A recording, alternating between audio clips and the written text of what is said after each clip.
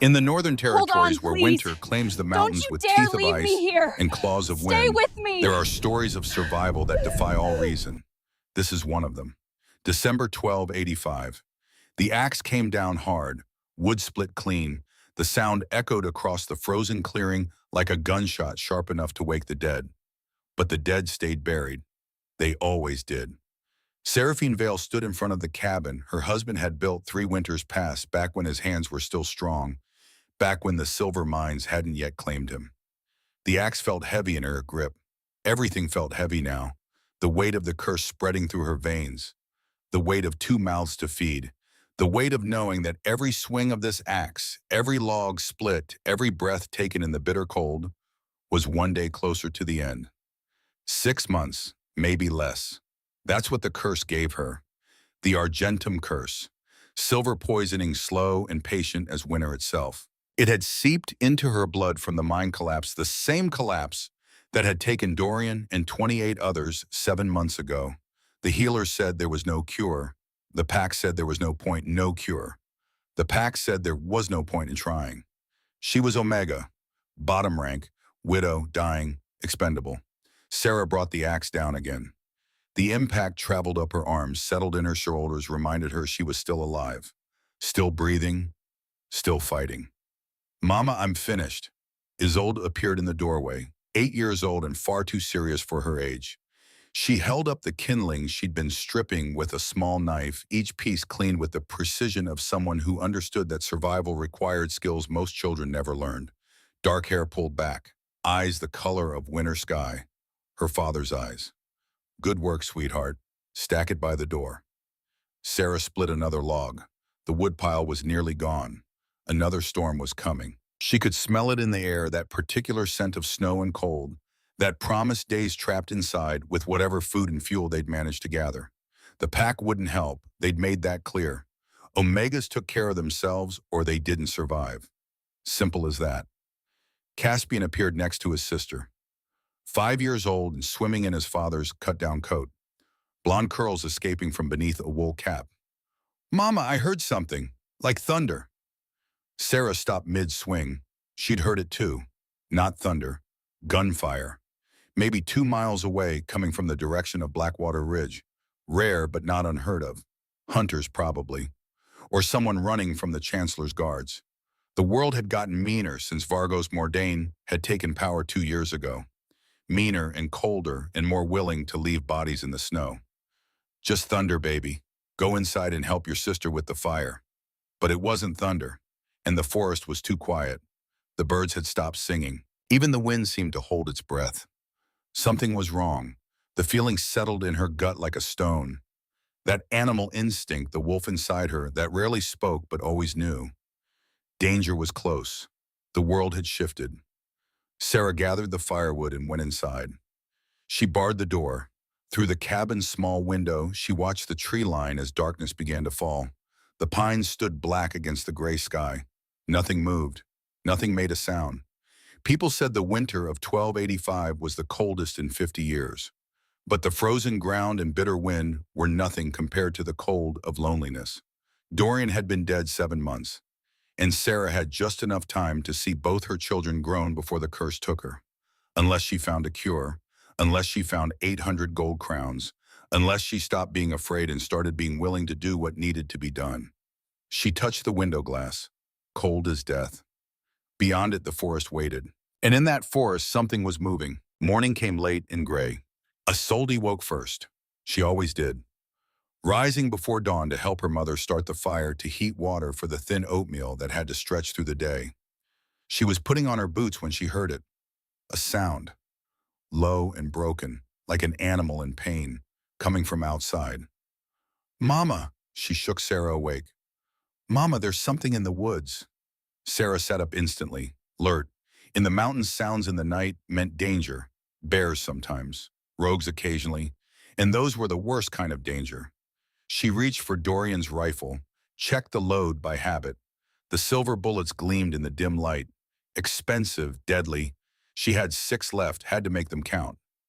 Stay with Caspian. Don't open the door for anyone. The snow had stopped during the night. Everything lay buried beneath a fresh blanket of white. Sarah's breath frosted in the air as she stepped off the porch, rifle ready. She followed the sound. It led her toward the frozen creek, past the bare birch trees, through the laurel thicket that grew thick along the water.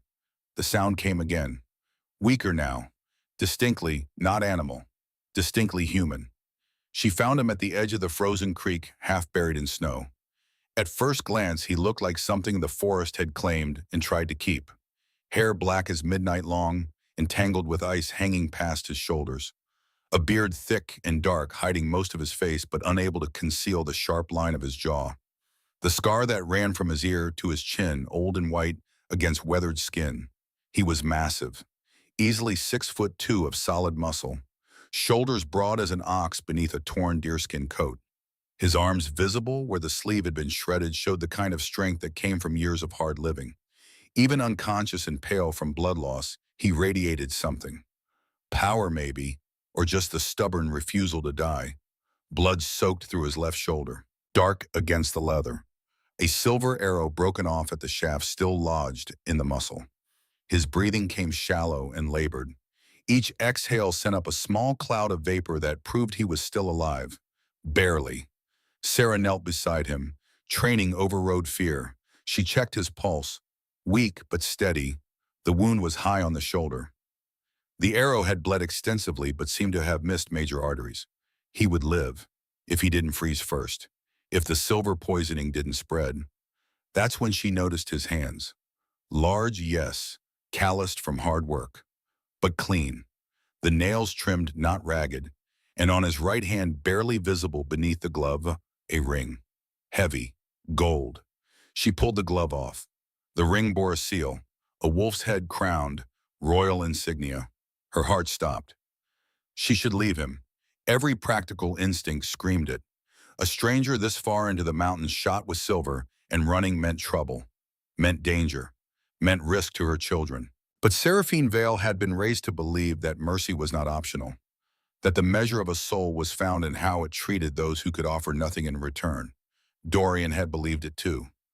"We're only as strong as our compassion," he used to say. "Take that away, and we're just animals pretending to be human." The decision made itself. "Isolde," Sarah called toward the cabin. "Bring the sled and rope." Her daughter appeared within minutes, eyes wide at the sight of the unconscious man. "Mama, who is he?" "Someone who needs help. That's all we need to know right now." Together they managed to get him onto the small sled Dorian had built for hauling firewood. The man was heavy, dead weight, but Sarah had grown strong from 7 months of doing everything herself. Isolde pulled from the front. Sarah pushed from behind. Slowly, painfully, they dragged him through the snow toward the cabin. Caspian stood in the doorway, frightened eyes watching as they brought the stranger inside. Sarah directed them to lay him by the fireplace where the heat might reach him. "Isolde, get his pack from the sled. We need to check if he has supplies we can use." Her daughter obeyed, struggling with the heavy leather pack. As she lifted it over the threshold, the worn strap gave way. The pack tumbled to the floor. Contents spilled across the wooden planks. A hunting knife, wickedly sharp, well-maintained. A tin cup dented from use. Ammunition. Silver-tipped, military-grade, and a piece of paper, folded and worn from repeated handling. Isolde picked it up before Sarah could stop her. Her young eyes widened as she read the bold letters. "Mama, what does wanted mean?" Sarah took the paper with trembling hands. The drawing was crude but unmistakable. The man's face, younger, harder, but the same scar, the same jaw. Below the image, words that made her blood run cold. Theron Blackville, regicide, treason, desertion. 800 gold crowns. Reward wanted dead or alive. For a long moment, Sarah couldn't breathe. 800 gold crowns. More money than she'd seen since Dorian died. More than enough to buy the cure for her curse. More than enough to feed her children through the winter. More than enough to give them a chance at something better than slow death in a frozen cabin. All she had to do was turn in the man lying unconscious by her fire. All she had to do was choose gold over mercy. "Isolde," she said quietly, her voice firm. "Take your brother to the back room. Stay there until I tell you it's safe." "But Mama, who is he?" "A stranger who needs help. Now go." The children disappeared, casting worried glances back at the unconscious man. Sarah waited until she heard the bedroom door close before she allowed herself to really look at what she'd brought into her home. A wanted man, accused of regicide, treason, desertion. But wanted posters could be wrong. Sarah had lived long enough to know that law and justice were not always the same thing. She'd seen wolves punished for speaking truth to power, had watched as alphas like Vargos twisted facts to suit their purposes. She looked at the man's face, peaceful now despite the pain he must be in. In the delirium of fever he'd been muttering, names she didn't recognize, apologies to people who weren't there, and once clearly, "I won't do it, find someone else." Not the words of a man comfortable with violence. And that ring, royal insignia, if he was a deserter, why keep it? Why not sell it for coin? Sarah picked up the wanted poster, studied it in the firelight. 800 gold crowns, her children's future, her own life. She fed the poster to the fire, watched it curl and blacken and turn to ash. Then she set to work saving the life of Theron Blackvale. The arrow had to come out. Sarah laid out her tools, knife heated in the fire. Clean cloth, the last of Dorian's whiskey for sterilizing. Moonflower extract to draw the poison. Yarrow to stop bleeding. She cut away the man's coat, his shirt, exposed the wound. The silver arrowhead glowed faintly in the muscle. Already the skin around it had started to blacken. Silver poisoning. She knew it well, felt it in her own veins every day. "This is going to hurt," she whispered. "But you're too stubborn to die. I can tell." She poured whiskey over the wound. The man's body jerked. A low growl escaped his throat. Not quite human, not quite animal, something in between. Wolf. Sarah worked quickly. The knife cut clean. She found the arrowhead. It gripped it with cloth-wrapped fingers, pulled. It came free with a wet sound. Blood welled up, dark, threaded with silver. She packed the wound with moonflower paste. Yarrow leaves. Pressure to stop the bleeding. Her hands moved with practiced efficiency, skills her mother had taught her. Mountain medicine, old ways. The man's fever spiked on the second night. He thrashed, muttered, cried out in languages Sarah didn't recognize. His skin burned hot enough to scorch. She kept him cool with snow water, fed him willow bark tea when he could swallow, kept the wound clean. Isolde watched it all, learning, taking notes in her careful child's hand. Caspian stayed in the corner, frightened but unable to look away. On the third morning, as Sarah changed the bandage, Theron Blackvale opened his eyes. They were the color of moss on wet stone, a pale green that seemed to carry light even in shadow. Sharp, intelligent. The eyes of someone who'd seen too much but still held capacity for gentleness. Those eyes fixed on Sarah's face with intensity that made her breath catch. "Ma'am," his voice was rough from fever and disuse. "Am I alive?" Sarah sat back, suddenly aware of how close she'd been leaning. "Yes, barely." He tried to sit up, winced, settled back against the rolled blanket she'd placed under his head. His hand moved instinctively toward where his weapons would have been. Found nothing. Understanding flickered across his face. "You took my weapons." "I did. They're safe, along with everything else that might be danger to my children." She'd secured his knife in the root cellar that first night. The rifle stood in the corner behind the door. Quality craftsmanship, military issue. His pack, hand-stitched and weathered, held the rest of his possessions. All of it spoke to a man who knew how to survive, who respected the tools that kept him alive. His eyes found Isolde and Caspian. They'd abandoned their rare pretense of playing and were staring openly at him. How many two, both who need their mother to survive this curse? Sarah's hand moved to her side, feeling the silver veins beneath her skin. 6 months left, maybe less. Something shifted in his expression. Surprise, perhaps, or concern. "Where's your mate?" "Dead since May, mining accident." Theron absorbed this with the stillness of a man accustomed to calculating odds and outcomes. "I'm sorry for your loss." Genuine sympathy in his voice. "Obliged to you for your kindness." "Name's Theron Blackvale." "I know, I found the wanted poster." A pause long enough to be uncomfortable.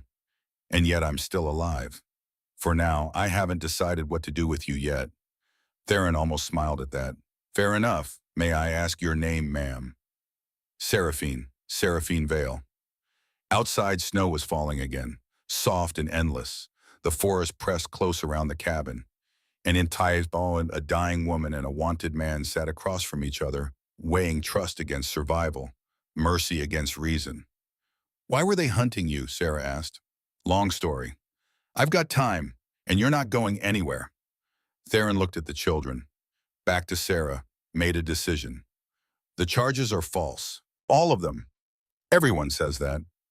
I was Alpha King, ruled the Nightshade Pack for 8 years. Then Chancellor Vargos Mordain poisoned my mate, killed my children, framed me for their murders. His voice stayed level, controlled, but something burned beneath. Been running 2 years, trying to stay alive long enough to prove the truth. Sarah studied his face, looking for lies, found only exhaustion and old grief. You expect me to believe this story? Every criminal has a sad tale. I don't expect anything, Mrs. Vale, but I'll tell you this. The man who ordered my family, killed the man who put that price on my head, is the same man who owns the silver mines. His name is Vargos Mordain. Sarah turned sharply. Mordain, you know him? My mate died because of him. Sounds like your husband did too. They said it was an accident. Faulty support beams. Theron's eyes held hers. How many died? 29. He closed his eyes. Pain crossed his face that had nothing to do with his wound. Not an accident, Mrs. Vale. I'd stake my life on it. That's how they operate. Cut costs, ignore safety, let people die and call it bad luck. Sarah's mind raced. Dorian's last letter, the one she kept hidden in a tin box. He'd mentioned concerns about the mines, being forced to work in unsafe conditions, a foreman who pushed them harder, deeper, faster, despite the warnings. Can you prove any of this? I have evidence. My mate documented it before she died. She was royal physician, kept records of everything, every unsafe practice, every corner cut, every warning ignored. Where is this evidence? In my pack, which I assume you secured. Sarah retrieved his pack from the root cellar. Inside, wrapped in oiled cloth, she found it. A leather journal, worn, stained, filled with careful handwriting. She opened it. The first entries were dated 2 years ago. Medical notes. Observations about workers coming to the palace infirmary. Silver poisoning symptoms. Respiratory problems. Injuries from collapses. The handwriting was delicate, precise. Labeled at the top, Alara Blackvale, Royal Physician. Sarah turned pages. The entries grew more urgent, more detailed. Lists of violations, unsafe shafts, cracked support beams, toxic gas pockets. All noted or reported to Chancellor Mordain, all ignored. Then halfway through the journal, the handwriting changed, rougher, harder to read, but unmistakably familiar. Sarah's hands began to shake. She knew this hand, had seen it on letters, on notes left by the door, on the last message Dorian had written before going to work the day he died. North shaft, insufficient supports. Warned foreman, told to continue or lose position, May 1285. Below that 17 wolves, too many. Someone has to stop this. The date, May 18th, 1285. The day of the collapse. The day Dorian died. Sarah's vision blurred. She read further. Found board entries in Dorian's hand. Weeks of documentation. Begging management to shore up the beams, close the shaft, do something before people died. All refused. All dismissed. All leading to that final entry. That final warning. That final day. I'm sorry you had to see that. Theron's voice was quiet. But now you know, your mate and mine. They died fighting the same enemy. Sarah looked up from the journal, tears on her face. He knew. Dorian knew he was going to die, and they made him work anyway. Vargos doesn't care about wolves, only profit, only power. She closed the journal, held it against her chest. Evidence, proof, justice, all here in her hands. And suddenly 800 gold crowns didn't matter anymore. You can stay, she said, until you heal. But Mr. Blackvale, if trouble comes looking for you, I expect honesty about what we're facing. I won't have my children endangered by surprises.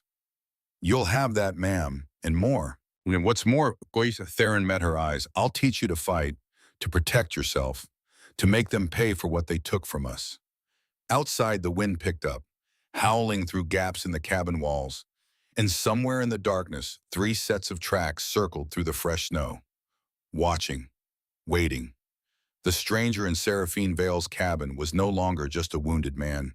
He was a choice, a risk, and possibly, though she barely dared think it, a chance at something she'd thought lost forever. Justice, truth, and maybe in time, redemption for them both. A week passed in careful coexistence.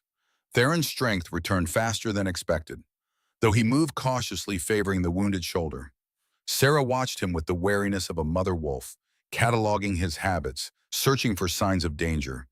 What she found instead was a man who rose before dawn to tend the fire, who moved through her small cabin with deliberate quiet so as not to wake the children, who seemed to find genuine satisfaction in small tasks most men would scorn. He mended the loose handle on her water bucket without being asked, tightened the hinges on the door that had been sticking since the first hard freeze, crafted a better poker for the fireplace from scrap iron, shaping it with patient hands that suggested years of practice. You don't have to earn your keep, Sarah told him one morning, watching him measure flour for breakfast biscuits. His portions were smaller than what she would have served, rationing himself even as he helped prepare the meal. Habit, Theron said simply. My mother taught me idle hands invite trouble. Your mother raised you right. She tried. Something wistful in his voice. The sound of a man looking back across years that had taken him far from whatever lessons he'd learned. The children began to orbit around him like curious planets, drawn to his quiet presence but remaining shy, speaking in whispers, darting glances. It was Caspian who finally broke through. The 5-year-old approached Theron one afternoon with a question that had apparently been troubling him for days. Mr. Theron, do you know how to make things? Theron looked up from whittling a new handle for Sarah's broom. What kind of thing? Fun things. Papa used to make me toys. The boy's voice trailed off. Sarah felt her heart clench at the casual way her son spoke of loss, as if death were just another fact of mountain life. What kind of toys did your papa make? Wolves and warriors. And once he made Isolde a doll that looked like Mama. Theron studied the boy's earnest face. I could manage a wolf if you've got wood to spare. Caspian's eyes lit up. Really, truly, really? Truly, but you'll have to help. Can't make a proper wolf without the right kind of help. And so began what Sarah would later remember as the gentling of Theron Blackveil. She watched from the kitchen as he guided Caspian's small hands, selecting the right piece of pine, showing him how to feel for the grain, envision the shape hidden within the wood. His patience seemed inexhaustible, his instructions gentle but precise. See here, Theron pointed to a knot in the wood. That'll be the wolf's eye. We start with the eyes. Isolde joined them, quieter, more cautious, but curious despite herself. Sarah found herself smiling, the quiet scrape of knives on wood, the soft murmur of instruction and encouragement. The way Theron's face relaxed into something almost boyish when he forgot to maintain careful distance. But the peace was fragile, broken by moments when Theron's head would snap up at the sound of wind in the trees, the distant cry of a hawk. His hand would move instinctively toward where his gun should be, eyes growing sharp and distant. In those moments, Sarah remembered. Beneath a gentle teacher was a man who expected violence to find him. On the 4th night, as they sat by the fire after the children slept, Sarah asked the question that had been building. Do you ever sleep or just wait? Theron's hand stilled on the piece of cedar he was shaping into a bird for Isolde. Some. Your mate, Alara. What was she like doing? He was quiet so long Sarah thought he wouldn't answer. Strong, he finally said. Stronger than me in ways that mattered. She believed people could be better than they were. That kingdoms rose and fell on compassion, not just strength. He touched the wood gently, almost reverent. She was wrong about a lot of things, but not that.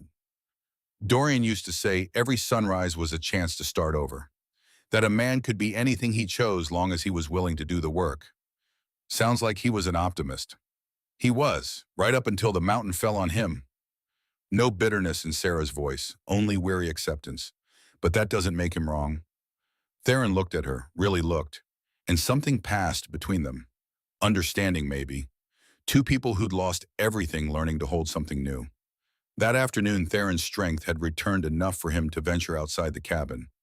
Sarah watched from the window as he made a slow circuit of the clearing. Eyes constantly moving, cataloging escape routes and defensive positions with unconscious thoroughness. When he returned, he brought deadfall for the fire and a grim expression. "We need to talk," his voice low, eyes flicking toward where the children played. Outside, Sarah followed him into the cold, pulling Dorian's coat tight. "What is it?" "Someone's been through here. 3 riders, coming from the east." Sarah's blood chilled. "You're certain, Yem?" "Certain." He pointed toward a stand of pines that offered clear view of the cabin. "Tracks are fresh, made this morning after the snow stopped. See how the edges are sharp, not melted or filled in." She could see them now. 3 distinct sets of tracks, circling, watching. "They spent time here," Theron continued. "Professional work. They were gathering information. Hunting you. Most likely." "Why didn't they approach?" Theron's smile was grim. "Because I wasn't visible. They were scouting. Next time they come, it won't be to look." Sarah felt the curse flare in her veins, as if responding to her sudden fear. "How long do we have?" "Hard to say. Could be days, could be weeks. Depends how badly they want me. And if they come," Theron met her eyes directly, "then we'll be ready." But as she settled by the fire that night watching shadows dance on the walls, Sarah couldn't shake the image of those tracks. Circling her home like a noose drawing tight, the knowledge of being watched changed everything. Theron began each day checking the perimeter, looking for fresh signs. Sarah started training, learning to shoot, to fight, to think tactically. "Hold it higher," Theron instructed, adjusting her grip on the rifle. "Breathe out as you squeeze. Don't pull. Squeeze with." The rifle kicked. The target can jumped. "Better, again." Sarah reloaded, fired. The can flew backward. "Good, you're a natural." "I'm a muthfin, same thing." He taught her knife work, hand-to-hand combat, how to use her size against larger opponents, where to strike to disable, where to strike to kill. The children watched, learning without being taught. Isolde practiced with a wooden knife. Caspian learned to load the rifle. "You're making us into an army," Sarah observed one evening. "I'm making you into survivors." He fortified the cabin, reinforced the door, built shutters for the windows, created a second woodshed closer to the house, dug escape routes through the snow. "You're preparing for war. I'm preparing for the inevitable." On the 10th day, Theron found fresh tracks, closer this time. "Last night, while we slept, someone came within 50 yards. Sarah felt sick. They could have attacked. Still being cautious, but it won't stay that way. That evening after the children were asleep, Theron spread a map on the table. By lamplight, he traced routes through the mountains, pointed out landmarks, potential shelter. "There's an old hunter's cabin 5 miles north. Abandoned, but the structure's sound. If things go bad here, that's where you take the children." Sarah stared at the map. 5 miles through snow while I'm cursed and pregnant. "Theron, I couldn't make half that distance." "You could if you had to. People do remarkable things when their children's lives depend on it." She studied the path he'd outlined, trying to memorize every turn. "What about you?" "I'll buy you time, then handle things my way." His smile held no warmth. The conversation was interrupted by a soft sound from the children's room, Isolde calling out in her sleep. Sarah went to check, found her daughter tangled in quilts, murmuring restlessly. As she smoothed Isolde's hair, Sarah became aware of Theron in the doorway, watching. "She looks like you," he said quietly. "She has her father's stubborn streak." "That's not such a bad thing. Stubbornness keeps you alive when nothing else will." Sarah tucked the quilts around Isolde's shoulders, turned to find Theron still watching. But his expression had changed, something raw and vulnerable. The look of a man seeing something he'd lost and could never reclaim. "The children in your journal," Sarah said softly. "Tell me about them." Theron's jaw tightened. Some conversations are better left for daylight, Mrs. Vale. But Sarah had seen the pain in his eyes, the way his hands clenched when he spoke of his family. Whatever had happened, it was eating him alive. You're not just running from Vargos, she said. You're running from yourself. Maybe I deserve to run. Or maybe you deserve to stop. They stood in the doorway, two damaged people, learning to trust, learning to hope.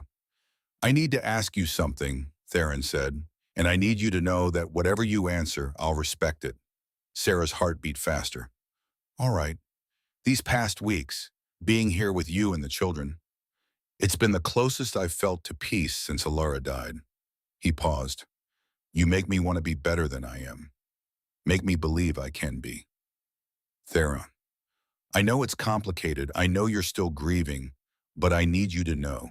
If we're going to fight together, if we're going to survive this, I can't keep pretending you're just a stranger I'm helping. Sarah felt something shift in her chest, a crack in the ice she'd built around her heart. What are you saying? I'm saying you're not alone anymore. I'm saying I'll stand with you, fight for you, die for you if it comes to that. Don't talk about dying. Then talk about living, about what comes after, if we survive.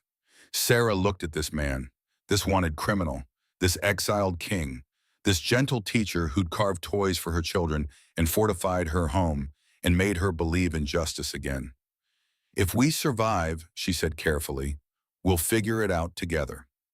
It wasn't a promise, not quite, but it was enough.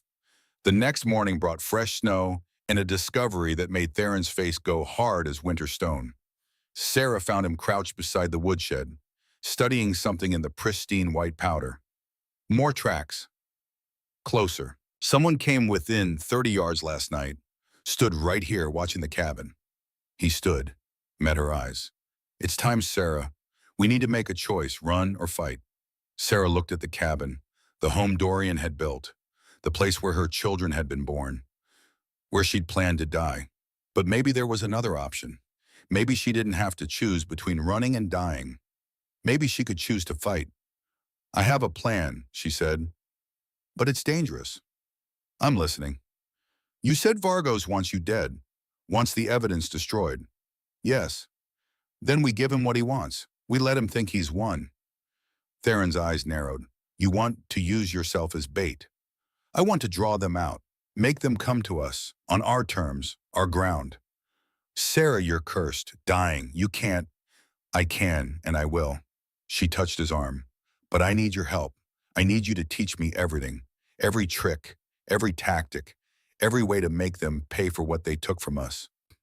Theron looked at her hand on his arm, then at her face, seeing something there that made him nod slowly. All right, we do this together, but on one condition. What?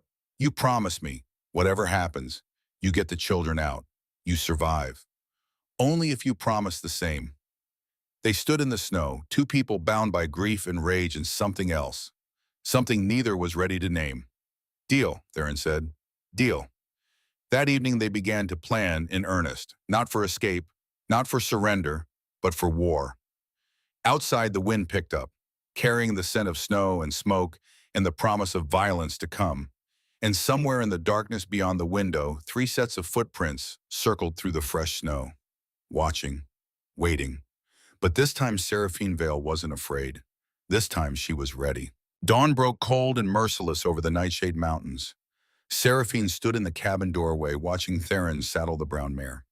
Copper, the horse that had carried Dorian through these mountains for 5 years before carrying his widow. Today she would carry Sarah 15 miles to Silvercrest Citadel. To find Magnus Silvercrest, the one elder Alpha Council member Theron trusted to hear truth about Vargos Mordain and the corruption that had killed 29 wolves. If she made it that far, the curse had worsened in the night. Sarah had woken coughing blood into her hand, silver veins spreading up her wrists like poison rivers. 6 months, the healers had said, but 6 months assumed she'd stay quiet, stay safe, stay dying. She was done with that. Mama, do you have to go? Isolde appeared in the doorway, clutching a worn shawl around her shoulders, 8 years old and already carrying the weight of the world in those winter sky eyes. Sarah knelt down, ignoring the protest from her curse-damaged lungs. took her daughter's face in her hands.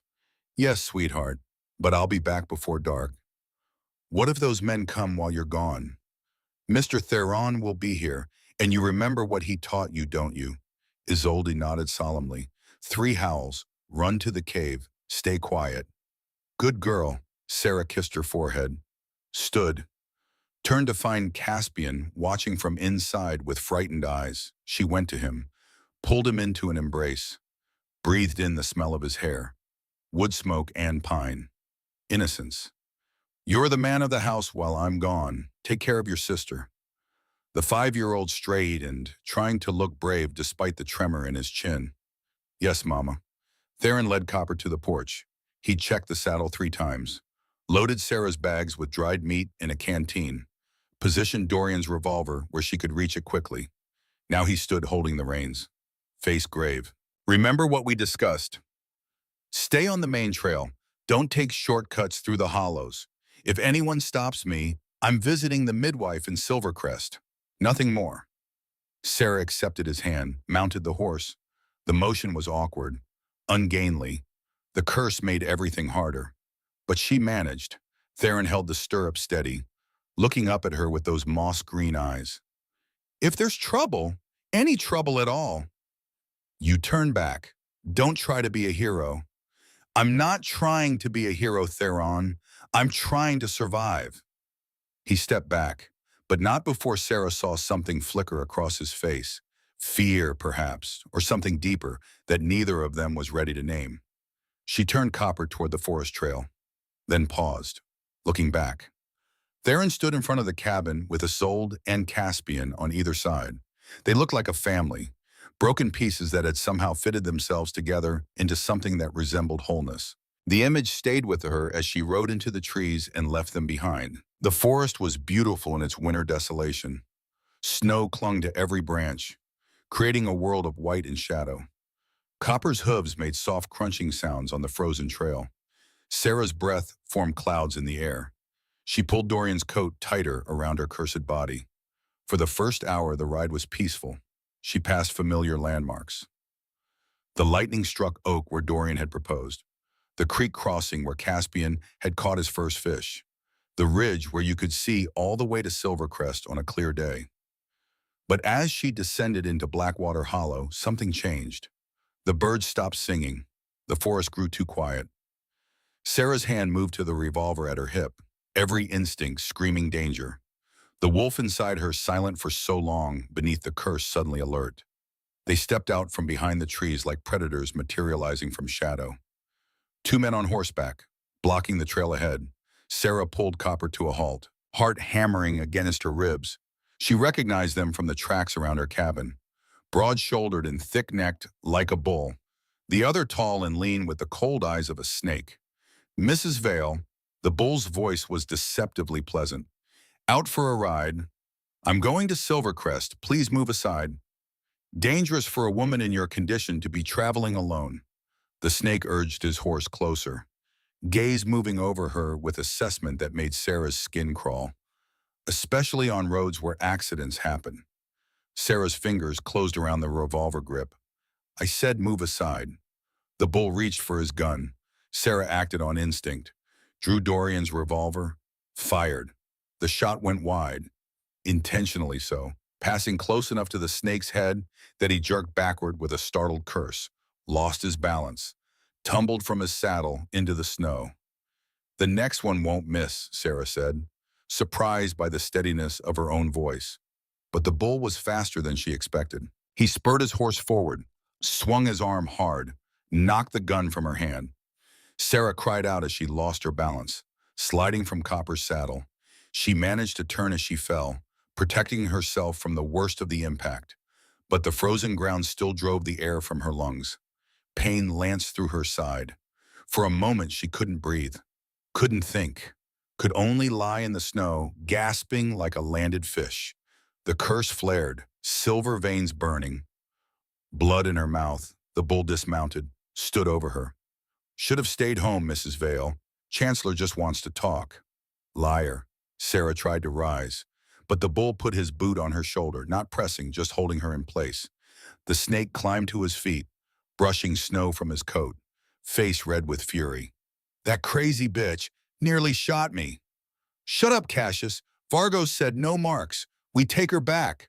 Let him decide what to do. The hell with that. She shot at me. A third voice cut through the argument. Let her go. Both men turned. A rider sat his horse 20 feet away. Red hair bright against the gray forest. Hand on his gun. Face harder than Sarah remembered from the tracks. Older. Weathered by whatever guilt he carried. Callahan. The bull's voice carried genuine confusion. What are you doing? I said let her go. Cassius laughed. Harsh sound without humor. You gone soft, Cal. She's helping the king. Vargos wants them both. I don't care what Vargos wants. Callahan's hand moved to his gun. I watched Queen Alara burn. Watched her children die. Didn't stop it then. It's eaten at me every day since. His voice dropped. Dangerous. I won't watch another she-wolf die. Not today. You're making a mistake, the bull said quietly. Maybe, but it's my mistake to make.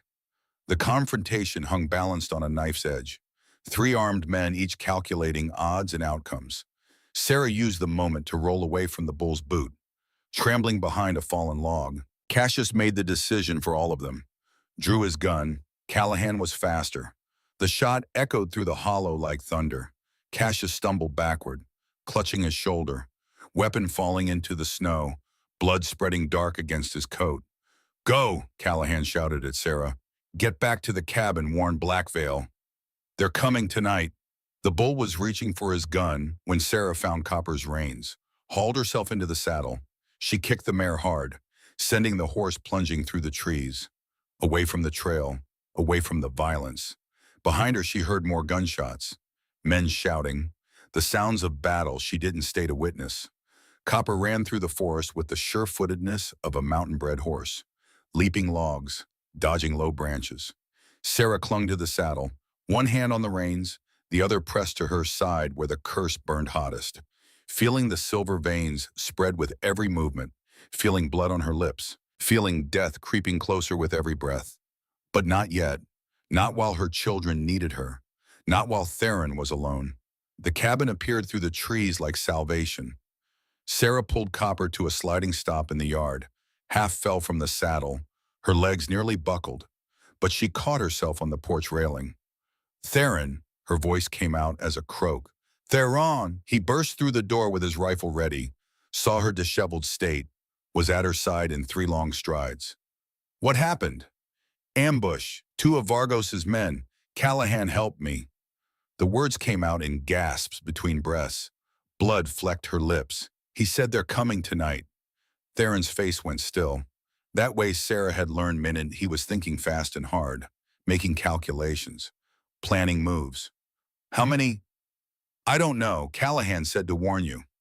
Can you ride? We need to get you and the children away from here. Sarah shook her head. No time. They could be an hour behind me, or 10 minutes. She met his eyes. We stay, we fight. Sarah, you're cursed, dying. You can't, which is why running isn't an option. She grabbed his arm. We've run far enough, Theron, both of us. It ends here. For a moment she thought he would argue, then something shifted in his expression, a kind of grim acceptance. All right then, we do this smart. He helped her inside, calling for the children.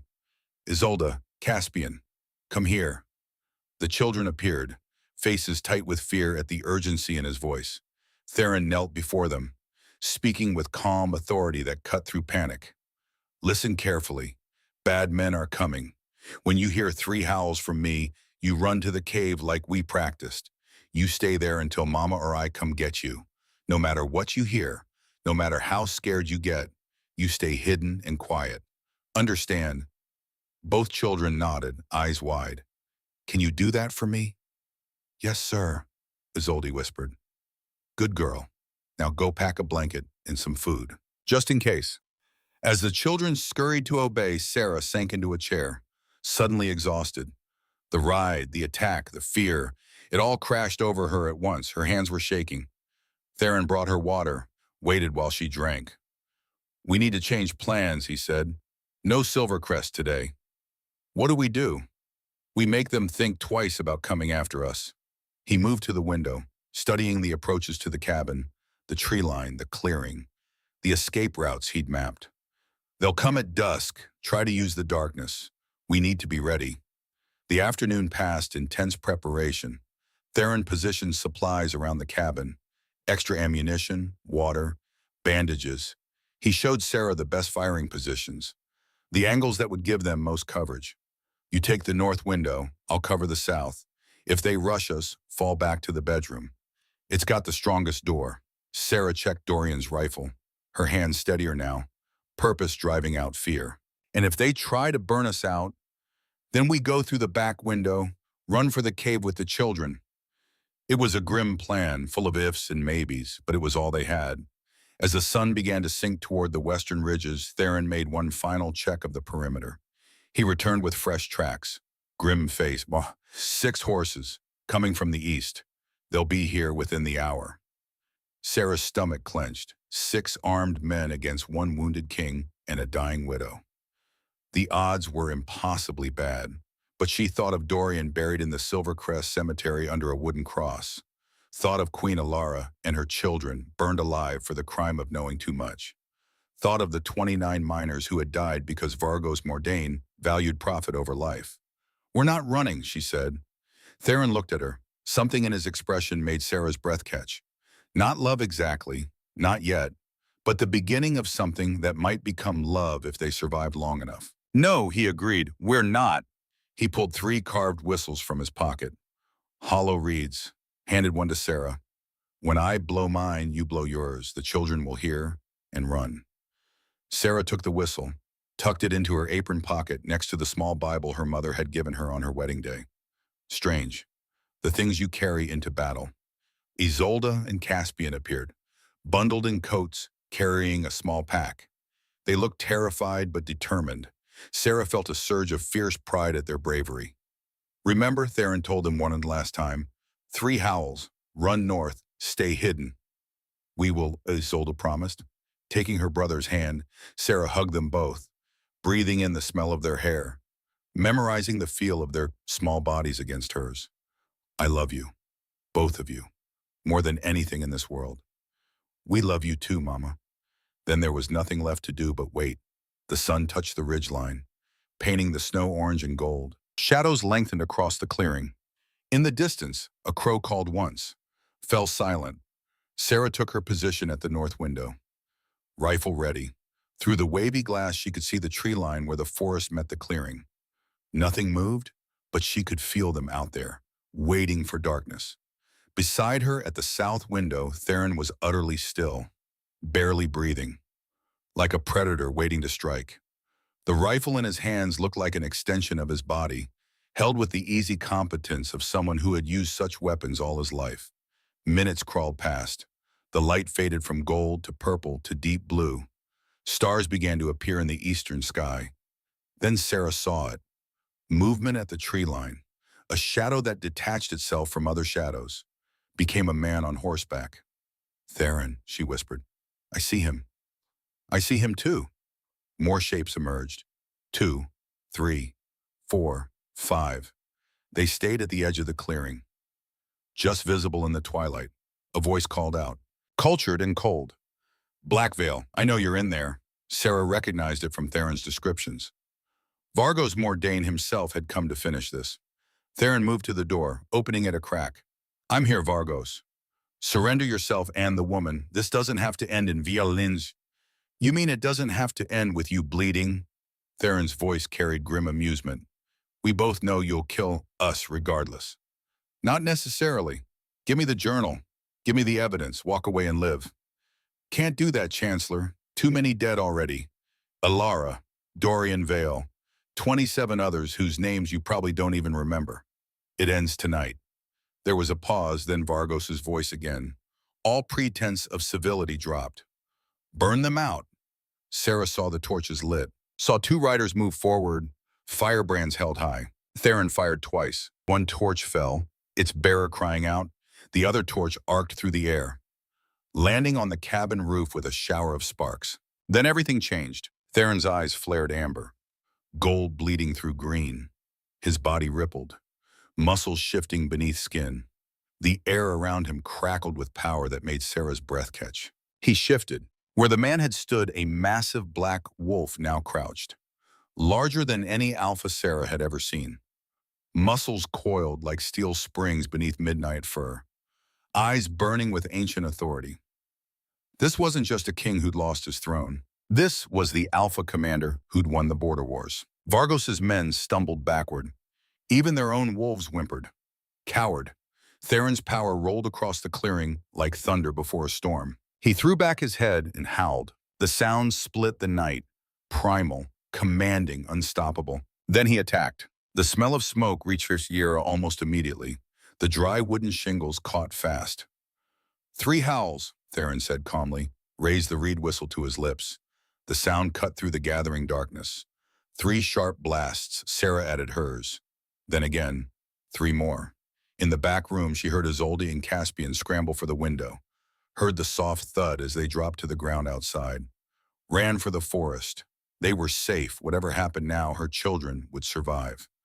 Now, Theron said, we make them pay for every inch. The gunfight that followed was brief and brutal. Vargos's men rushed the cabin. Theron's rifle spoke with methodical precision. 1 man went down, then another. But there were too many, and the fire was spreading fast. Smoke filled the cabin. Sarah could barely see, could barely breathe. She fired blindly through the window, more to keep attackers at bay than with any hope of hitting them. The curse flared, silver veins burning up her arms, blood in her mouth, her vision swimming. Sarah! Theron's voice cut through the chaos. Back door, now! She stumbled through the smoke, found his hand, let him pull her toward the rear of the cabin. Behind them, the front wall erupted in flames. They burst through the back door into cold, clean air. Sarah gasped, coughing, eyes streaming, the curse screaming through her body, every nerve on fire. Theron pulled her toward the forest, toward safety, toward the cave where her children waited. But they'd made it only 20 feet when a figure stepped out of the darkness ahead. Vargos Mordain, immaculate in his expensive coat, a pistol in his hand, firelight reflecting in his cold eyes. Going somewhere, Your Majesty. Theron pushed Sarah behind him, his own gun coming up. For a moment, the 2 men faced each other across 10 feet of snow, stained orange by the burning cabin. Then Sarah heard it. Hoofbeats, many of them, and voices calling out with authority. Alpha Council, hold your fire. Her heart leaped. Through the smoke and darkness, riders appeared, led by a man in his late 40s with silver hair and a council badge gleaming on his chest. Magnus Silvercrest had arrived, and with him, the law had finally come to the mountains. The world seemed to hold its breath. Vargos stood frozen, pistol still raised toward Theron and Sarah. Behind them, the cabin burned, flames reaching toward the night sky like grasping fingers.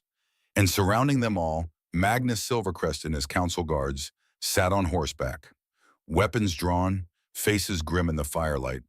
Magnus was a solid man, gray hair, weathered face that came from years of hard decisions and harder consequences.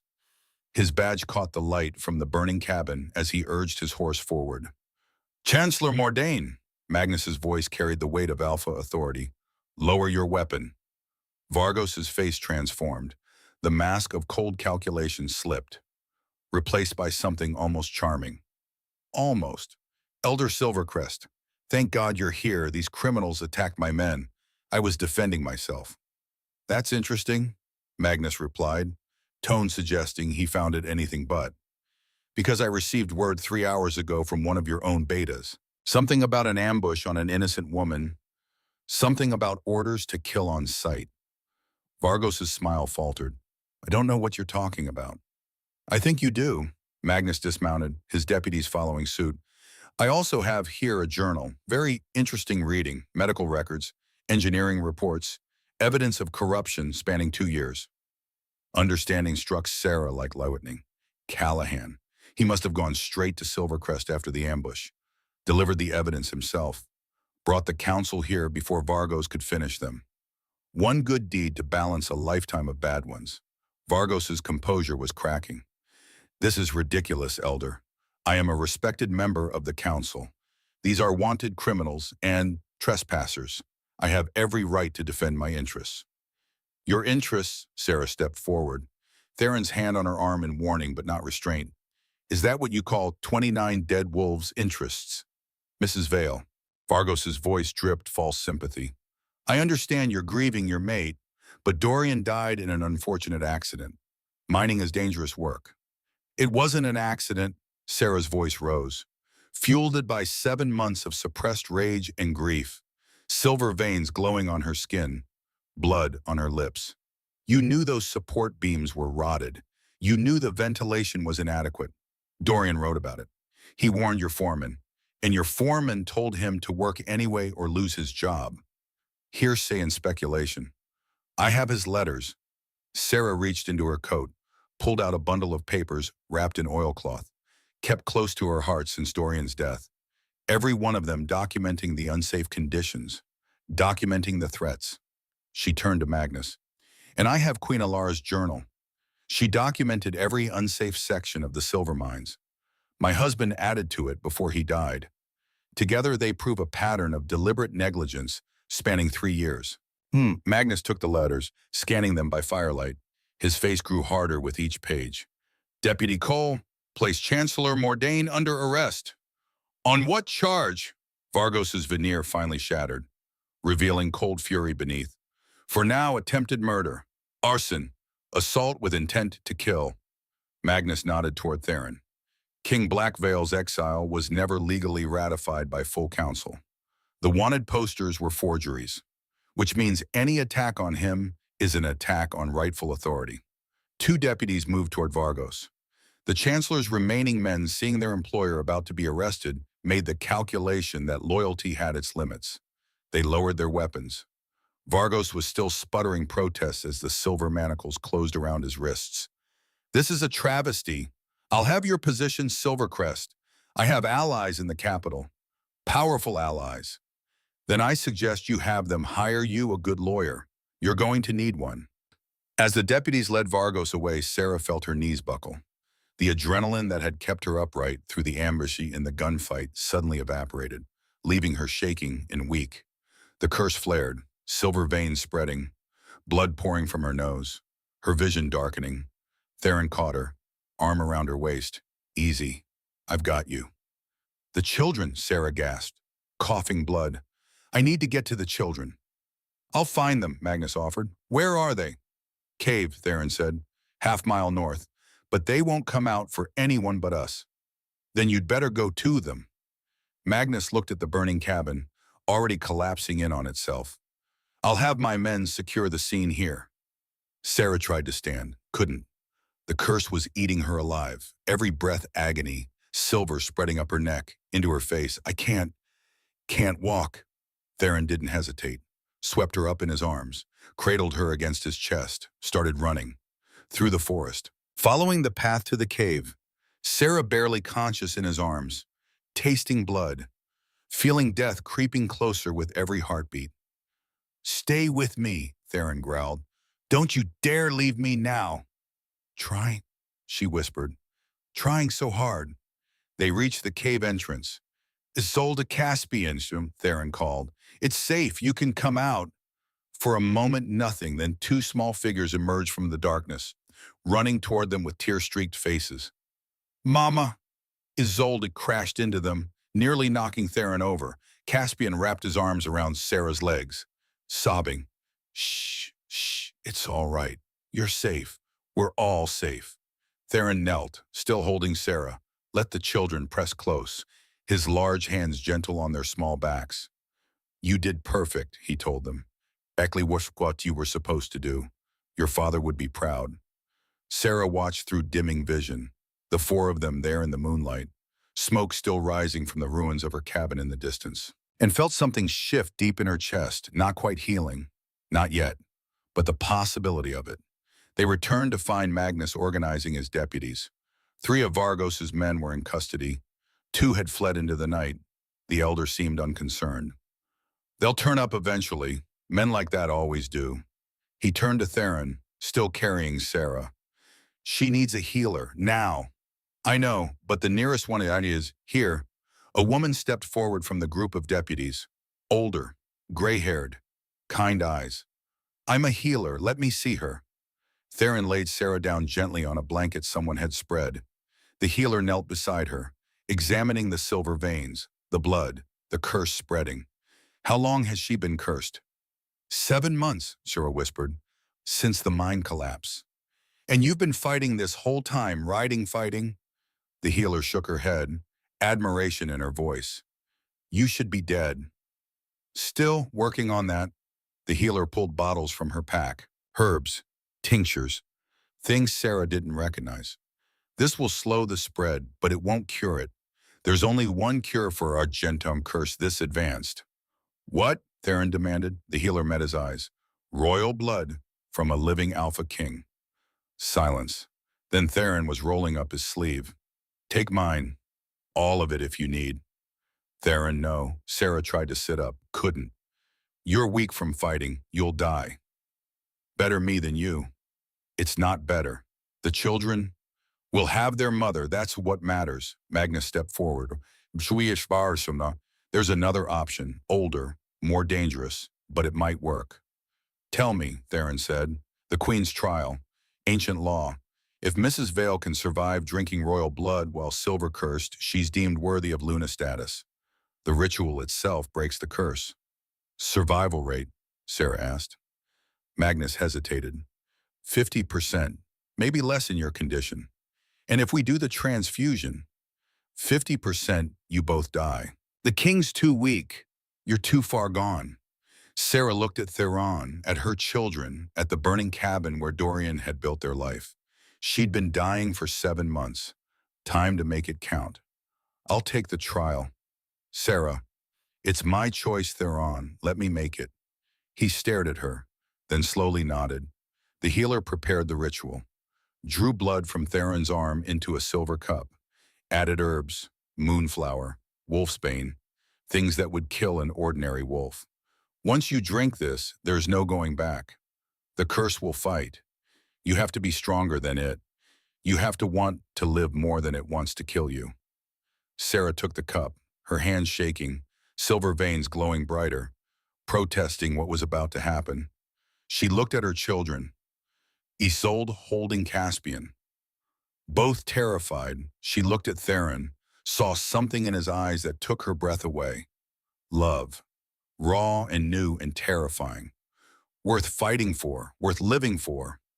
Sarah raised the cup to her lips and drank. The blood hit her system like liquid fire. For a moment, nothing happened. Then the curse recognized the threat. Silver veins exploded across her body, burning, consuming, fighting the royal blood with everything it had. Sarah screamed, convulsed, felt her wolf tear free for the first time in months. But the curse had weakened her wolf, poisoned it. And now the two warred inside her body, silver against royal blood, death against life. "Mama!" Isolde screamed. Theron held Sarah down, kept her from hurting herself in the convulsions. "Fight. Damn it, Sarah, fight." She was fighting, fighting with everything she had, but it wasn't enough. The curse was winning. Darkness crept in at the edges of her vision. She could hear her children crying, hear Theron's voice growing distant, feel death's cold fingers wrapping around her heart. And suddenly, she was somewhere else, standing in the mine. The day of the collapse. Dorian was there, covered in dust, holding a support beam that was cracking, splintering. "Run," he told her. "Get out. I can't leave you." "You have to, for the children, for yourself, for what comes after." "Dorian, I'm already gone, love. But you're not. You still have time. You still have purpose." He smiled, that gentle smile she'd fallen in love with. "Make it count." The vision shifted. Now she was in a burning palace. Queen Alara stood before her, beautiful even in death, holding two small children. "Protect him," Alara said. "Protect Theron. Theron. He's stronger than he knows, but he needs you to show him." "I don't know if I can." "You can. You already have." Alara touched Sarah's face. "We didn't die for nothing. We died so you could fight, so you could win, so you could change things." The vision shifted again. Now 29 wolves stood before her, men and women, some she recognized, most she didn't, all dead, all waiting. Is it our turn? One asked. Our turn for justice? Yes, Sarah whispered. Your turn. Then live, they said in unison. Live and make them pay. Sarah opened her eyes. She was back in her body, the curse still fighting. But something had changed. She had changed. The silver veins began to recede, slowly at first, then faster, the royal blood winning, consuming the curse, burning it away like fog in sunlight.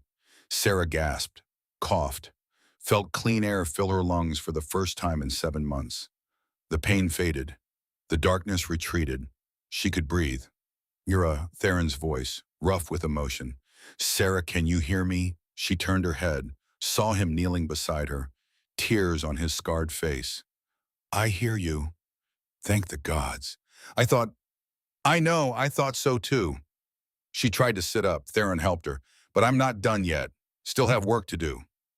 Magnus stepped forward, staring at her with something like awe. The curse is broken. I can see it. The silver's gone from your blood. Sarah looked at her hands. The veins were clear, normal. For the first time since the collapse, she felt whole. How long was I out? 2 hours. The children had been beside themselves. Isolde and Caspian rushed to her, crying, holding her tight. Mama, you were dying. You were shaking and bleeding and… Shh, I'm all right now. I'm all right. But she wasn't. Not entirely. The curse was broken, but she'd paid a price. She could feel it. The trial had changed her, strengthened her in some ways, weakened her in others. Her wolf felt different, sharper, more present, like something had been unlocked. There's one more thing, the healer said quietly. A side effect of the Queen's trial. It's unprecedented, but I can see it in your blood. What? You've gained partial alpha abilities. Not full, but more than an omega should have. The royal blood didn't just cure you, it transformed you. Sarah felt it then, a power she'd never possessed, humming beneath her skin, waiting. Is that normal? Nothing about you is normal. Mrs. Vale, you survived a curse that should have killed you in weeks, fought battles that would break trained warriors, drank royal blood and lived. Normal doesn't apply anymore. Magnus cleared his throat. We should move. Get you and the children somewhere warm, somewhere safe. There's a council lodge 3 miles east. You can rest there while we process the prisoners. What about Callahan? Sarah asked. In custody. He surrendered himself. Wants to testify. He saved my life, saved all our lives. I know, we'll take that into account. As they prepared to leave, Sarah turned to look at the burning cabin one last time. Everything Dorian had built, everything she'd struggled to maintain, gone. But she felt no grief, only fierce satisfaction. Justice was coming, and she'd be there to see it done. Theron appeared at her side, offered his hand, ready. Sarah took his hand, felt the warmth of it, the strength. Ready. They walked together toward the horses, toward the future, toward whatever came next. Behind them, the cabin collapsed in a shower of sparks. Ahead, the night waited. But Seraphine Vale wasn't afraid anymore. She'd walked through fire and emerged stronger. She'd faced death and chosen life. And now, finally, she was ready to fight for the justice 29 dead wolves deserved. The war wasn't over. It was just beginning. 3 days later, Seraphine stood in the grand hall of Silvercrest Citadel. The room was ancient stone and high windows, built by wolves who believed justice should be witnessed in the light. Hundreds had gathered, pack members from across the territories, families of the dead, witnesses to history, and at the center of it all in silver chains stood Vargos Mordain. He looked smaller now, without his title, without his power, just a man who'd let greed consume him until there was nothing left but hunger and ash. Elder Magnus Silvercrest sat at the high bench, flanked by 4 other council alphas, their faces carved from stone, their judgment absolute. Vargos Mordain, Magnus intoned, you stand accused of regicide, 29 counts of manslaughter, 6 counts of corruption, 3 counts of conspiracy to commit murder. How do you plead not guilty? Vargos's voice carried none of its former authority. These charges are fabricated. Political persecution. You demand nothing. Magnus's words cut like a blade. You are no longer chancellor. You hold no office, no rank, no authority. You are prisoner, and you will answer for your crimes. The trial lasted 2 days. Sarah testified on the first, stood before the council and 500 witnesses, held up Dorian's letters, read them aloud. Every warning, every plea, every desperate attempt to save lives that fell on deaf ears. Her voice never wavered. Even when she read the last entry, the one dated May 18th, the day her husband died, North Shaft insufficient supports, warned Foreman again, told to continue or lose position. Too many families depend on this work, cannot quit, cannot let them starve. But someone has to know, someone has to remember. If I don't come home, tell Sarah I tried. Tell her I loved her. Tell her to fight. Silence filled the hall. Sarah looked at Vargos, saw nothing in his eyes. No remorse, no recognition, just the cold emptiness of a man who'd never cared about anything beyond his own advancement. 29 wolves died, she said quietly, because you chose profit over lives, because you valued silver more than souls. She held up the journal, Alara's careful handwriting divisible even from a distance. Queen Alara tried to stop you. My husband tried to stop you.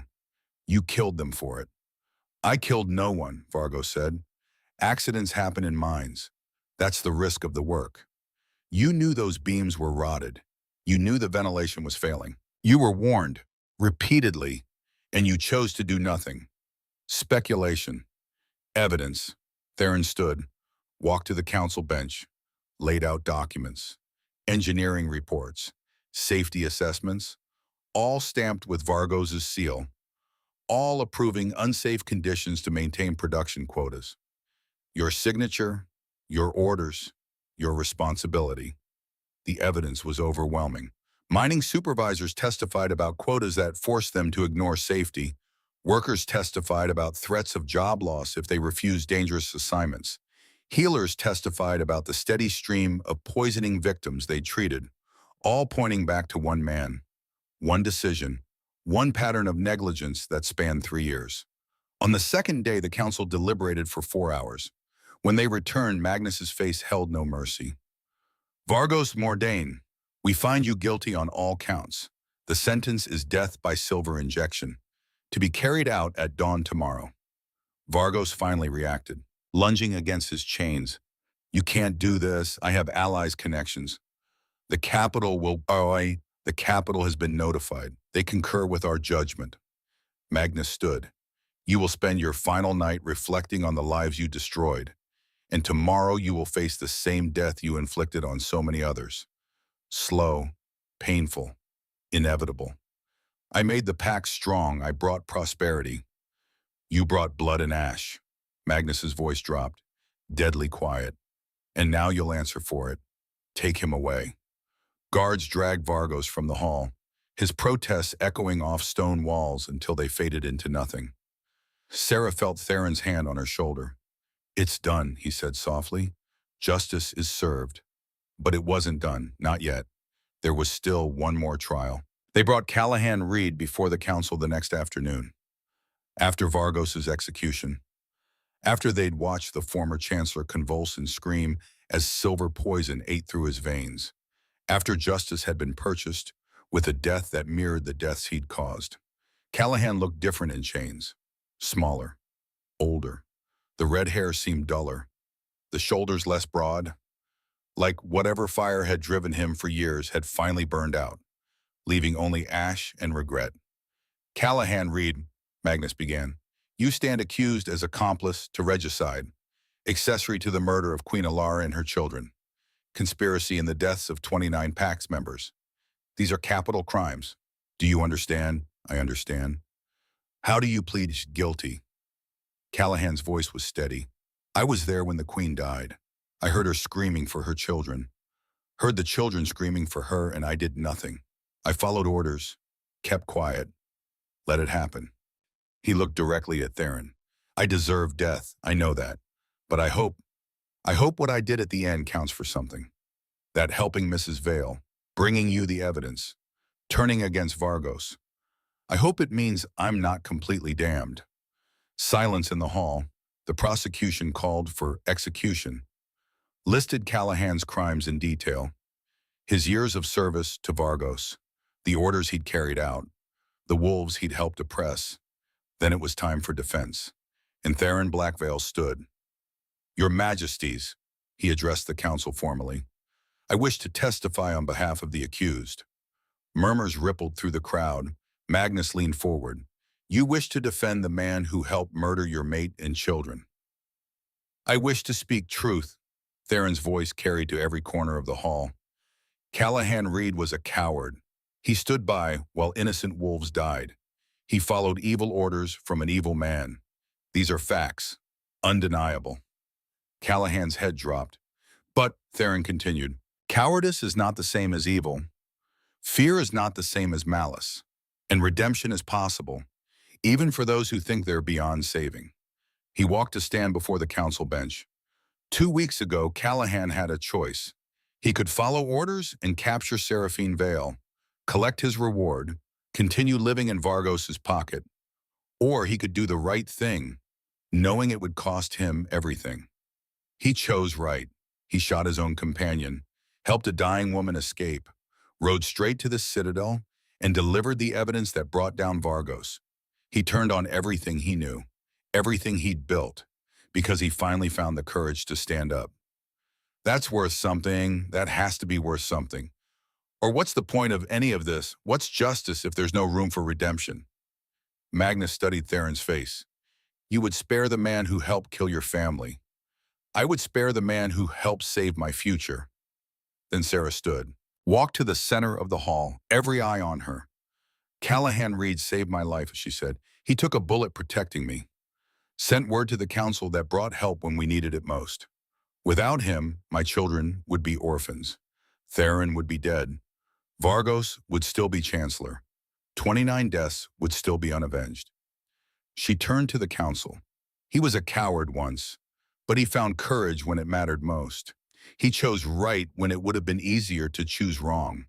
That's the definition of honor. Not being fearless, but being afraid and doing the right thing anyway. I ask this council for mercy, not because his crimes weren't serious, but because mercy is what separates us from men like Vargos. Because without it, we're just animals, pretending to be civilized. The council deliberated for an hour. When they returned, Magnus's face was unreadable. Callahan Reed, your crimes warrant death. By law, by tradition, by the blood debt you owe, he paused. But law must have room for mercy.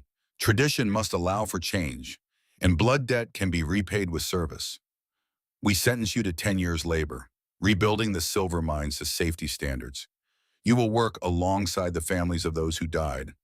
You will hear their stories, know their names, carry their memory, and at the end of 10 years, if you've proven yourself worthy, your crimes will be forgiven. Callahan's knees buckled. Guards caught him before he fell. Thank you, he whispered. I'll earn this. I swear it.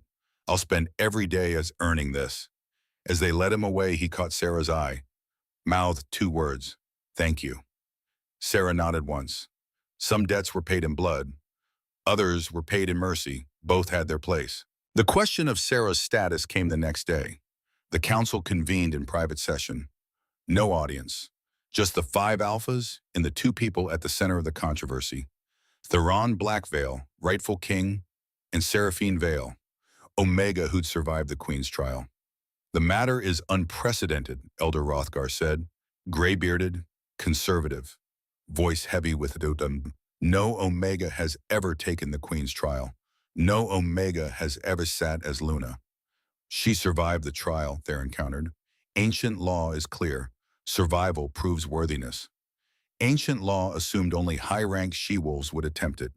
The trial was designed to test betas and alphas, not omegas. The law makes no distinction. It says any she-wolf who survives becomes Luna. Sarah survived, therefore she is Luna. The pack will never accept an Omega Queen. The pack will accept what's right. Elder Lyris, the only female council member, spoke. The boy has a point, Rothgar.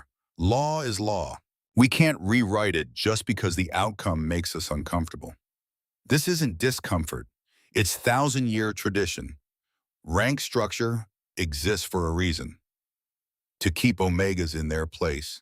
Sarah's voice cut through the argument, quiet but sharp. To ensure they stay powerless, voiceless, invisible. Hrothgar's eyes narrowed. You overstep, Omega. My name is Seraphine, and I've earned the right to speak. She stood, faced the council. I bled for this pack. My mate died in your mines. I fought your battles, survived your trial, brought justice for 29 dead wolves. What more do I need to do to prove I'm worthy? It's not about worth. Then what is it about rank at I can't change what I was born? But I can change what I become. And I became Luna, not through bloodline, not through inheritance, through trial by fire, through choosing to fight when running was easier, through surviving what should have killed me. She stepped forward, voice rising. You say the pack won't accept me.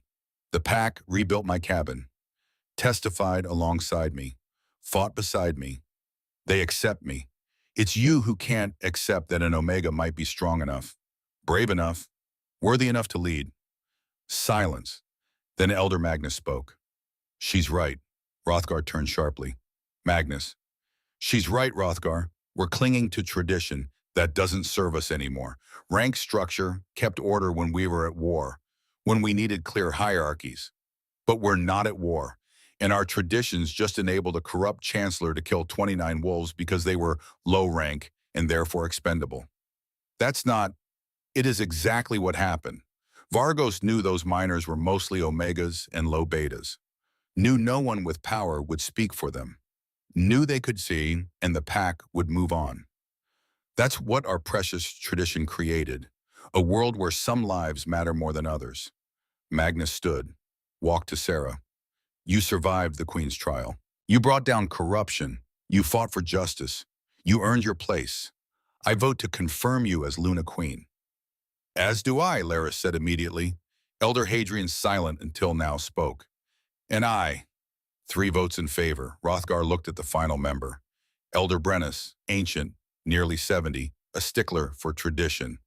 Brennus, Hrothgar's voice held hope. The old alpha studied Sarah for a long moment, then smiled. The girl has fire. The pack needs fire. I vote to confirm. 4-1. Hrothgar slumped in his chair. This is a mistake. Perhaps, Magnus said, but it's our mistake to make, and I think history will prove us right. He turned to Saren Theron. King Theron Blackveil, Luna Seraphine Blackveil. By the authority of the Alpha Council, we restore your reign. You will rule jointly, equal authority, equal voice, equal power. Theron started to speak. Sarah touched his arm, stopped him. With respect, Elder, I don't want to rule as Theron's equal. I want to rule as his partner. There's a difference. Explain. Equal suggests we're competing for the same space. Partner suggests we're building something together. I'm not trying to replace him or match him. I'm trying to stand beside him. Complement his strengths. Cover his weaknesses, as he'll do for me. She looked at Theron. I don't want to be queen because I survived a trial. I want to be queen because I can help these people, make their lives better, change laws that failed them, give voice to wolves who've never had one. Can I do that as your partner? Theron's eyes held something that made Sarah's breath catch. Pride, respect, love. You can, he said. You will, and I'll be honored to stand beside you while you do it. Magnus smiled. Then it's settled. Coronation will be held in 3 days, giving time for the pack to gather, to witness, to accept. As they left the council chamber, Theron caught Sarah's hand. You didn't have to fight for equal authority. I would have given it to you. I know, but I needed to fight for it, needed them to know I'm not here by your grace. I'm here by my own merit. They know that now. Good, because we have work to do, laws to change, systems to rebuild, Omegas to protect. Theron pulled her close. We will, together. The coronation took place on the winter solstice. Shortest day of the year, longest night. The moment when darkness held the world in its grip and light had to fight to return. Fitting, Sarah thought for a ceremony about new beginnings. They held it outside.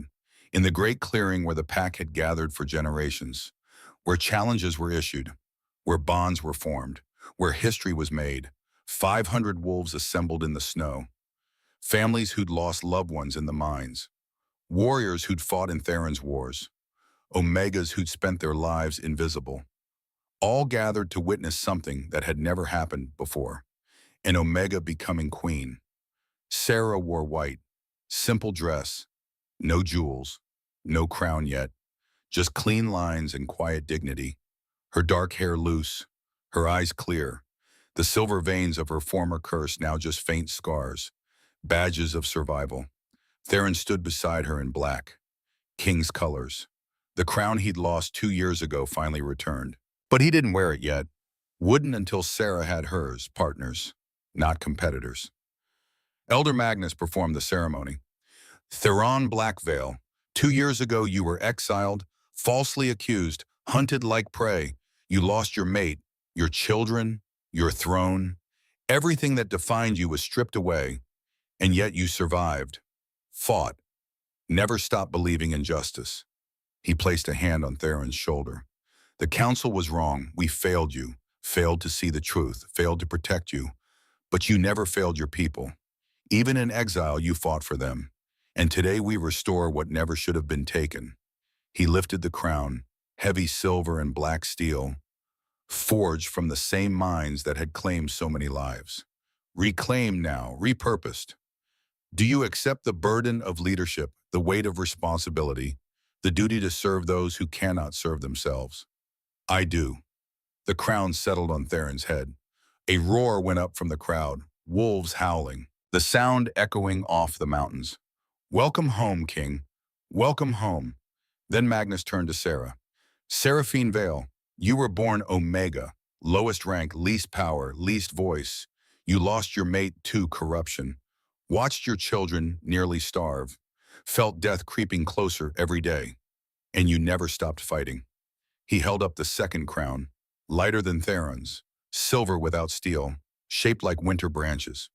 You survived the Queen's trial, something no Omega has ever done. You brought down a tyrant, gave voice to the voiceless, fought for justice when justice seemed impossible.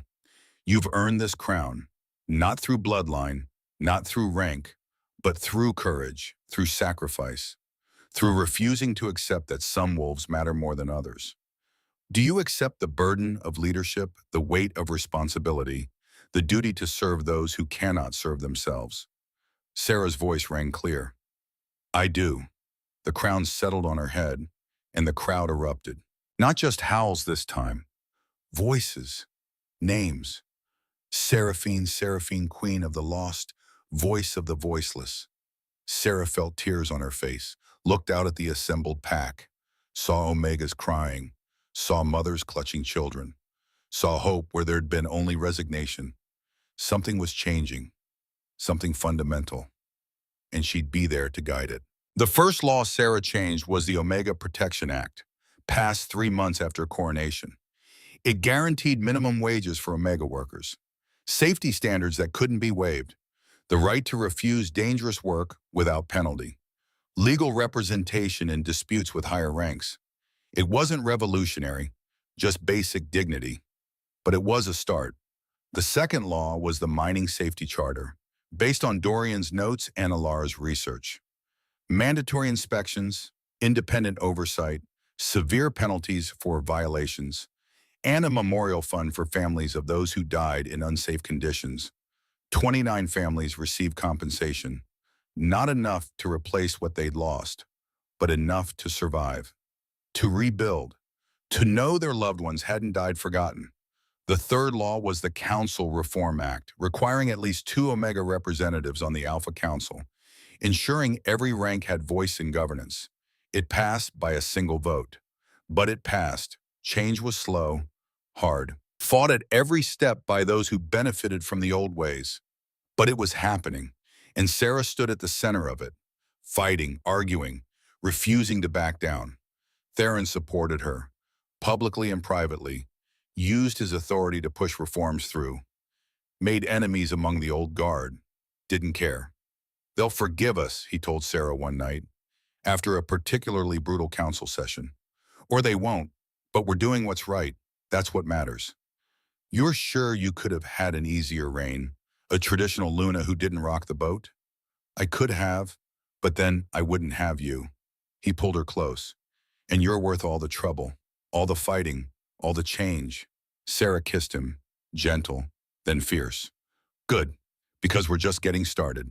12 years later, winter 1298, Seraphine Blackveil stood on the steps of the rebuilt Royal Hall, watching young Omegas practice combat in the training yard below. She was 40 now, gray threading through her dark hair, lines around her eyes from years of fighting and laughing and living, but strong, healthy, the curse just a distant memory.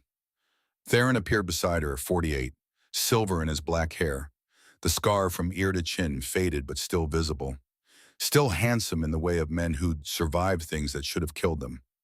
They're good, he observed, watching the Omegas spar. They're excellent. Another year and they'll be ready for guard duty. The traditionalists will hate that. The traditionalists hate everything else. We stopped caring what they think years ago. Theron laughed, wrapped an arm around her waist. They stood together, watching their kingdom thrive. Isolde appeared from the hall, 20 years old now, tall, confident, wearing council robes. She'd been elected Alpha Council member at 19, youngest ever, proving that merit mattered more than bloodline. Mama, Papa, the monument dedication starts in an hour. Are you ready? Almost. Where are your brothers? Caspian's with the guard, inspecting the mines, and the twins are studying in the library. Twin sons, born a year after coronation, 10 years old now. Brilliant, curious, already showing signs they'd grow up to change the world. 4 children, all healthy, all loved, all carrying the legacy forward. Guay saw him. Sarah couldn't ask for more. They walked together to the town square, where a monument stood, tall granite, polished, carved with names, 29 wolves who died in the silver mines. Dorian Vale among them, Queen Alara and her children. All the lost, all the fallen, all those who'd paid the price for justice. Below the names an inscription. Their truth brought justice. Their sacrifice brought change. May we never forget the price of silence. The dedication ceremony was simple. Families of the dead spoke, shared memories, told stories, kept the lost alive through words. Sarah laid flowers at the base, touched Dorian's name with gentle fingers. We did it, she whispered. Changed everything, just like you wanted. Theron laid flowers beside hers, at Alara's name. Thank you, he said softly, for showing me what strength looks like, for teaching me compassion, for believing people could be better. They stood together in front of the monument, king and queen, partners, survivors, and behind them the pack gathered, hundreds strong, changed from what they'd been, better, fairer, more just, not perfect, still problems to solve, still fights to win, but better, always better. That evening, Sarah taught a class, young Omegas, 15 students, all learning combat, all learning law, and all learning they didn't have to accept the world as it was, that they could change it. Why do we train? Sarah asked, circling the students. To protect ourselves, one answered. To prove we're strong, another said. To change minds, a third offered. All true, Sarah confirmed, but the real reason is simpler. We train because we can, because no one has the right to tell us we're too weak, too low, too other to defend ourselves. We train because strength belongs to everyone, not just those born to it. She demonstrated a move. Quick, efficient. The students mimicked. Your rank doesn't define you. Your choices do. You can be Omega and warrior, Omega and scholar, Omega and leader. You can be anything, everything, whatever you have the courage to become. One student raised her hand, young, maybe 15. Queen Seraphine, they say you were dying when you became Luna, that the curse should have killed you. How did you survive? Sarah smiled. I wanted to live more than I was willing to die. I had children who needed me, a kingdom that needed changing, a partner who believed in me.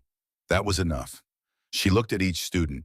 Find your enough, your reason to fight, your purpose, and nothing can stop you.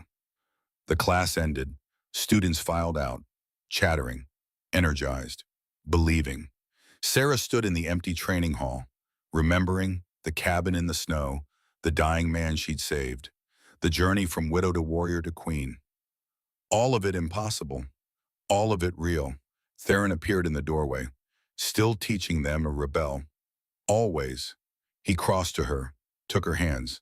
The council wants us to tour the Northern Territories next month, show the reforms are working, inspire the outer packs. More speeches, more chances to change minds. Then we go. Sarah leaned into him, together. Always together. They walked out into the evening, hand in hand. The mountains rose around them, ancient, unchanging, witness to everything that had been lost, everything that had been won. In the distance, the monument stood. Names catching the last light. 29 dead, but not forgotten, never forgotten. Their sacrifice had purchased this. A kingdom where Omegas had voice, where safety mattered more than profit, where justice was more than a word. Not perfect, but better. Always striving to be better. Sarah looked up at the stars beginning to emerge, felt the weight of the crown on her head, the weight of responsibility, the weight of all those who depended on her to keep fighting. It was heavy, but she was strong enough to carry it, had been carrying it for 12 years, would carry it for 12 more, for 29 dead wolves, for a kingdom learning to value all its people, for children who needed to see that change was possible, for a mate who stood beside her. Always. What are you thinking, Theron asked? That we did the impossible, survived the unsurvivable, changed the unchangeable. And I'd do it all again. Every hard choice, every battle, every moment of doubt. Because this is worth it. They're worth it. She gestured to the kingdom spread below. Lights beginning to glow in windows. Families gathering for evening meals. Omegas walking streets without fear. Children playing without hunger. Peace purchased with blood and tears and refusing to give up. We built something good, Theron agreed. We built something true. They stood together as darkness fell. King and queen, warrior and survivor, partner and partner. Two people who had found each other in the snow, in the fire, in the fight for justice. Two people who'd learned that the best things in life are the ones we never planned for, the ones that fall bleeding into our lives and change everything forever. In the Northern Territories where winners still tested the strong, there were stories of survival that defied all reason. This had been one of them, a story of a dying woman and the exiled king she saved, of corruption exposed and justice served, of love found in unexpected places in families built from broken pieces. But more than that, it was a story about truth, that redemption is possible, that mercy is strength, that change, real change, comes from those brave enough to demand it, that some debts are paid not in gold or blood, but in courage, in compassion, in refusing to accept that some lives matter more than others, and that sometimes the most unlikely people become the greatest heroes. Not because they were born to it, but because they chose it. Every day, every battle, every moment, they chose to fight. And in the end, that made all the difference.